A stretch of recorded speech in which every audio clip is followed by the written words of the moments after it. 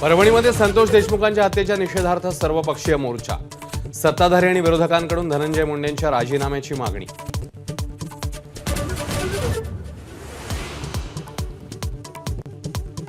संतोष देशमुखांच्या हत्येचा व्हिडिओ आकाच्या आकाने बघितला असेल तर जेलवारी नक्की. भाजप आमदार सुरेश धस यांचा इशारा. हत्यांची चौकशी करा, अजित पवारांकडे मागणी.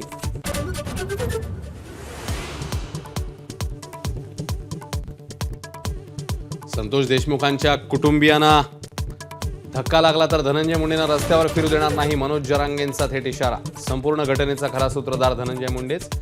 भाजपच्या नरेंद्र पाटलांचा गंभीर आरोप. सरपंच संतोष देशमुख हत्या प्रकरणातील तिन्ही आरोपींना 14 दिवसांची सीआयडी कोठडी. मुख्य आरोपी सुदर्शन घुले, सुधीर सांगळेच्या पुण्यातनं आवळल्या होत्या मुसक्या.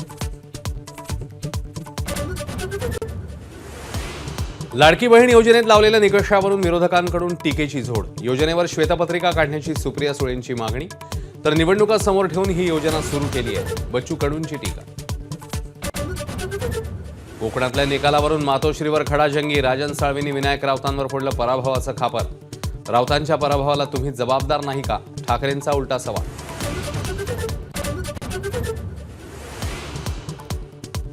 जिल्ह्यांना अजूनही पालकमंत्री न मिळाल्यानं विरोधकांचे ताशेरे. जिल्ह्याचं बजेट बघून पालकमंत्री व्हायचंय का? रोहित पवारांचा सवाल. तर सोमवार किंवा मंगळवारी निर्णय, शिरसाटांची माहिती. काँग्रेसकडून मुख्यमंत्री देवेंद्र फडणवीस यांच्यासह इतर 8 विधानसभा मतदारसंघातल्या निकालाला आव्हान. प्रफुल्ल गुडदे, यशोमती ठाकूर, गिरीश पांडव, राजेंद्र शिंगणे यांनी दाखल केल्या नागपूर खंडपीठामध्ये याचिका. उद्धव ठाकरेंना मुंबई पोलिसांसोबतच खासगी सुरक्षा. मोठ्या उद्योग समूहाकडून ठाकरेंच्या सुरक्षेत 8 खासगी सुरक्षा रक्षक तैनात. चीनची पुन्हा आगळीक. नव्याने बनवलेल्या राज्यात लडाखच्या काही भागावर दावा.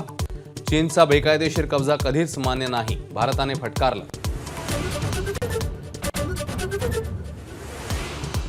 शपथविधीआधी डोनाल्ड ट्रम्प यांच्यापुढे संकट. पॉर्न स्टारला पैसे दिल्याच्या आरोपाबद्दल 10 जानेवारीला सुनावणी.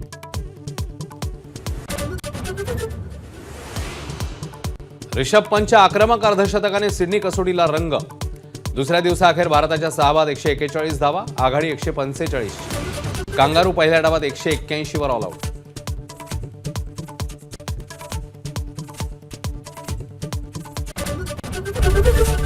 एबीपी माझा, उघडा डोळे बघा नीट.